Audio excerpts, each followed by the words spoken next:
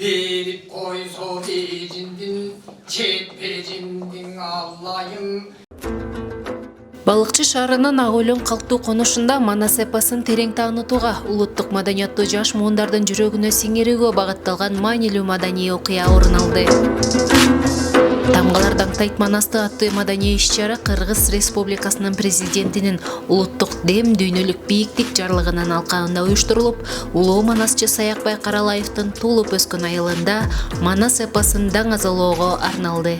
Ааламдын жазуучусу Чыңгыз Айтматовдун айтканы бар. Кыргыз рухунун туу чокусу Манас. Биз өз рухий дүйнөбүздүн ориентирлерин так билишибиз керек. Биздин ориентирибиз Манас болбогондо ким болот? Мына башка элдер Кыргыздын Манасы бар экенине суктанып атышат. Ошол эле кошуна элдер айтып атпайбы? Силердин Манасыңар бар дейт. Качан болсо ураан чакыра аласыңар, качан болсо көкүрөңөр түздөй аласыңар. Бизде жок болуп атпайбы деген сөздөрдү уктум мен. Иш-чаранын жүрүшүндө окуучулар арасында Манас айтуу, көркөм окуу сыяктуу сынактар өткөрүлдү. Ага манасчылар жана чыгармачыл инсандар да катышып, Саякбай Каралаевдин өмүрү, чыгармачылыгы жана Манас эпосунун дүйнөлүк маданияттагы орду тууралуу баяндап беришти. Бул өтө жакшы жөрөлгө. Себеби мына быйылдан баштап көп мектепте ушул Тамгалар даңтайт Манасты китебиндеги ырлар аркылуу алиппе майрамын өткөрүп атышат да. Бул куанарлык нерсе.